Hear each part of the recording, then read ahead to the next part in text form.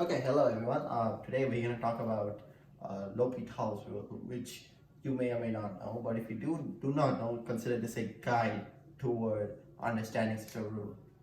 Okay, so the general idea of L'Hopital's rule is involved with limits. We write L'Hopital's. Okay, whenever we have a limit and we get an indeterminate form, and they can exist in many varieties. There are a lot of indeterminate forms such as 0 over 0, infinity over infinity. Those are just to name a few. But we're specifically concerned about these two cases. Let me rewrite this infinity because it looks kind of bad. Infinity. The thing is, these two cases, the idea behind L'Hopital's is to examine their growth rates,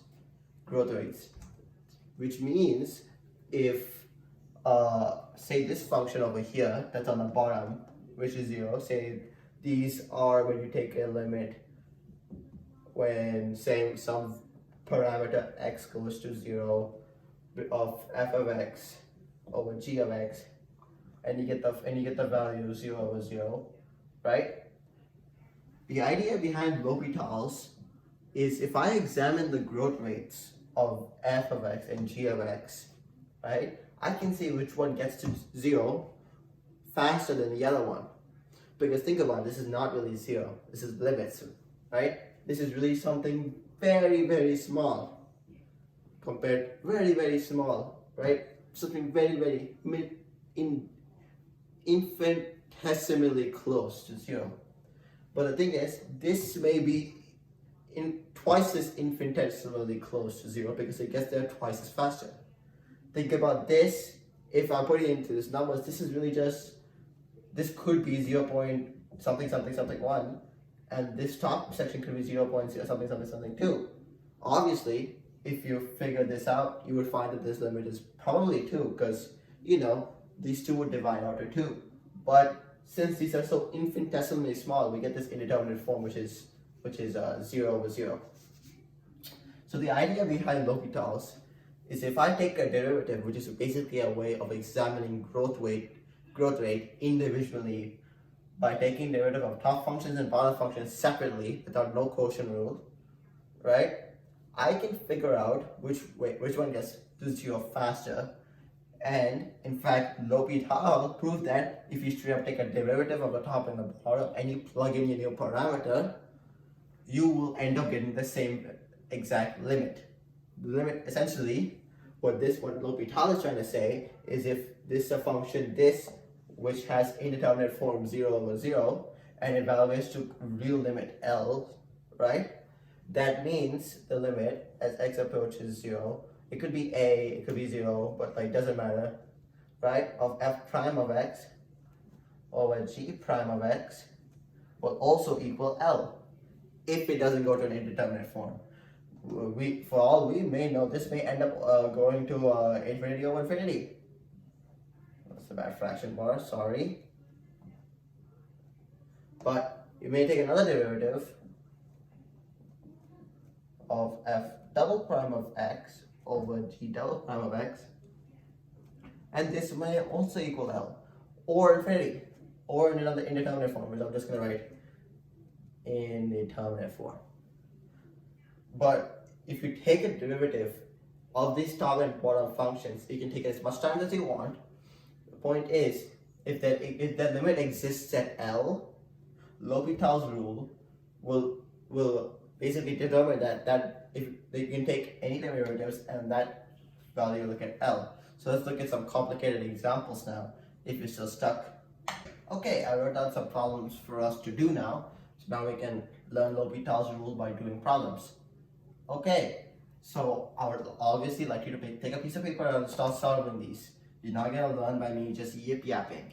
You need to actually do some problems. And if you don't, I'll be ashamed of you. Okay, have you done? Well, if you're not done yet, I will say that this is actually solvable without L'Hopital's rule, and I will challenge you to find that solution, hopefully. And if you do, please comment, and please give me a descriptive answer on what you did, so I can, check. But if you're done, I hope you are, or I hope you're not. You can pause the video. I don't know if you're taking this, if you can figure that out. But okay, let's do this now. First off, we have the limit as x approaches 0 of 1 minus cosine of x over sine of x. This is going to be indeterminate form 0 over 0. If you plug it in, because that's the first rule of limits, I'll just plug it in. So now, since we have indeterminate form, right, we don't know what the 0 over 0 can mean. It could be anything. Let's try and solve this limit using L'Hopital's. So, thanks to L'Hopital, we're going to take the derivative of the top and the derivative of the bottom. And let's see what we get. Derivative of 1 is 0. Derivative of negative cosine of x is sine x. Derivative of sine x, cosine x. And we're obviously taking a limit as x approaches 0. Okay. What is sine x over cosine x? That's tangent. This is the same thing as saying as the limit as x approaches 0 of tan x. Now, what is the tangent of 0? If you look at the unit circle, I'll draw this for reference. This point is cosine, comma, sine of 0. And which is the same thing as 0, comma 1. No, 1, comma 0. Yeah, my bad, it's 1, comma 0. I just got a little confused real quick. 1, comma 0. Same thing as saying it's 1, comma 0. So cosine of 0 is 1, sine of 0 is 0. So the tangent would be 0 over 1, which is not infinity, neither is it undefined. 0 over 1 is 0. This is saying 0. That's your answer. Nice. Now this. This can be a little tricky because you're thinking no fraction bar. How can I use L'Hopital's rule? Well, let's do this. This is the same thing as saying the limit as x approaches infinity of sine x on the top. I'm going to leave that over. I'm going to change this x to 1 over x, because if I multiply it back again and simplify the complex fractions, I'm going to get that back. So this is the same thing. And now I have a fraction. And now if I plug this back in, before I would get 0 times infinity. The 0 would be from the sine x, by the way. Now I just have another indeterminate form of 0 over 0.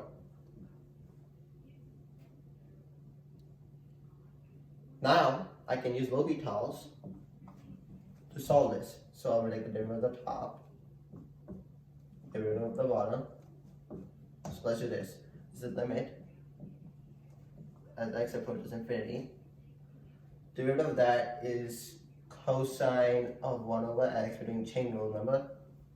Times the derivative of the inside, which is 1 over x. That is the same thing as saying as x to the negative 1. Subtract 1, bring negative 1 to the front. Right? That would be the same thing as negative 1 over x squared. Negative 1 over x squared. This is times, by the way. We have 1 over x and we just did that, so let me just copy that down again. And have a look. These both will nicely cancel, and we're left with the limit as x approaches infinity. All cosine of 1 over x.